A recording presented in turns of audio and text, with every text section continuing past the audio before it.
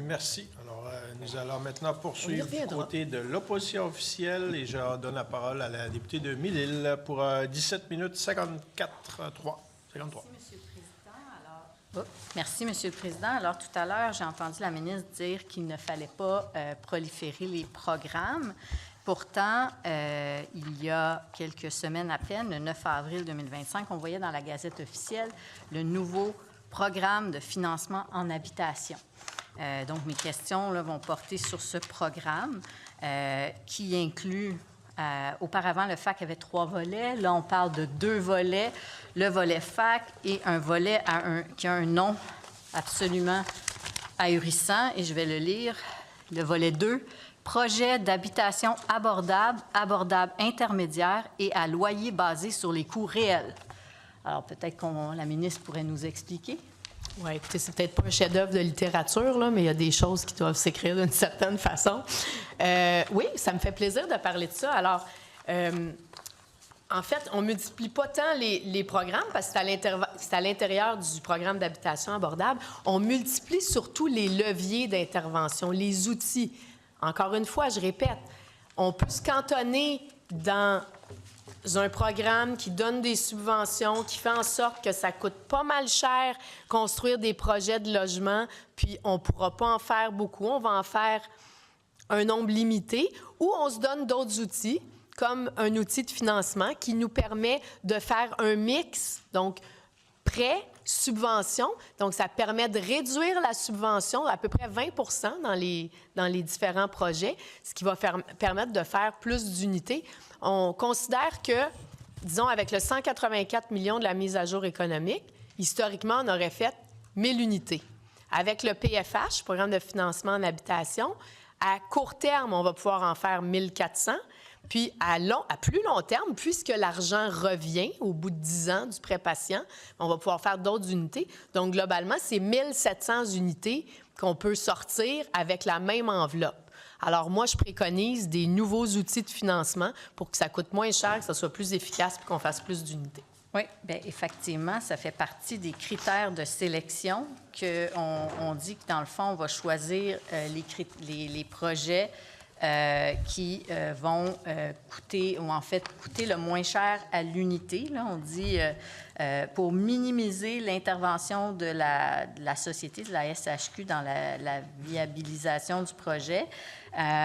Donc, ça c'est quand même assez particulier. On dit les projets ayant les coûts unitaires les moins élevés seront priorisés. Ça aussi, c'est particulier. Si la subvention est limitée à un montant par unité, qu'est-ce que ça change le coût de l'unité au bout du compte? Ça, c'est un élément. Surtout qu'on est dans des volets où ça inclut le loyer basé sur les coûts réels. Donc, là, on est vraiment... on n'est plus dans des subventions, là, on est dans des garanties de prêt, par exemple. Donc, qu'est-ce que ça change ici que les coûts unitaires les moins élevés seront priorisés? OK. Je pense qu'il faut...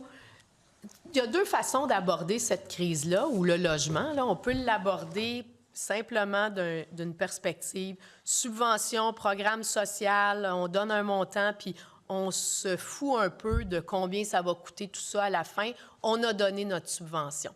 C'est ce qui était fait historiquement. Les gouvernements, autant libéraux que péquistes, ont eu cette approche-là, posaient peu de questions, puis ça a donné ce que ça a donné. Hein? Arrérage de plus de 15 000 unités parce que l'argent suffisait pas. Donc, moi, ce que je préconise, c'est une approche qui est financière, plus entrepreneuriale, où tu viens voir la SHQ, tu présentes ton projet et tu es tenu par un organisme à but non lucratif. Puis, à l'intérieur d'un même projet, la structure financière peut contenir de la subvention, du prêt. Et nous, ça nous préoccupe combien l'entièreté du projet va coûter. Parce que si ça coûte trop cher, là, ça veut dire que je suis en train de donner trop de subventions. Ou ça veut dire que le fédéral va falloir qu'il donne une subvention parce que ça ne balancera pas à la fin. Donc, moi, je veux payer le juste prix. Puis, les questions qu'on pose, puis que le président de la SHQ pose, puis j'aimerais terminer, ça amène beaucoup de compétition dans l'écosystème, puis on se rend compte qu'on payait bien trop cher dans le passé pour plusieurs projets. Oui, on va respecter la proportionnalité, Monsieur le Président. Je suis enflammée par le sujet. Les péquistes et les libéraux, ce qu'ils ont construit, c'est du logement social. Il n'y a aucune mention du mot social dans ce document du programme de financement en habitation. Pire, on vient ajouter une nouvelle catégorie. On avait du logement abordable. Déjà là, il y avait beaucoup de critiques comme quoi c'était loin de représenter la réalité. C'était plus considéré abordable. Mais le pire, on rajoute une nouvelle catégorie, le logement abordable intermédiaire, qui pourrait aller jusqu'à un maximum de 150 des loyaux maximaux reconnus par la SHQ. Un exemple de loyer maximal dans votre circonscription, Sainte-Marguerite-du-Lac-Masson, un 4,5. Ici, c'est 1 017 $. Ça, c'est le loyer maximal admissible de la SHQ. Ça veut dire que du logement abordable intermédiaire, qui irait à 150 de ça, on est à 1 500 $ par mois. Il n'y a même plus d'abordabilité. Là, on n'est pas juste loin du social, là, on n'est même plus dans l'abordabilité. Bon, pour revenir au social, chaque fois qu'il y a un PSL, c'est social. Hein? Donc, il y a des PSL dans tous les projets FAC qui veulent des PSL ont des PSL. Alors, à un moment donné, c'est aussi les organismes qui portent ces projets-là qui doivent les demander, d'une part. D'autre part, dans les leviers, il y a aussi la philanthropie. 1000 unités avec unité aînée. Pour les personnes aînées les plus vulnérables, aux plus bas revenus, c'est comme si on avait construit du logement social, mais pas mal moins cher que ce qui se faisait avant. Donc, du social, on en a encore.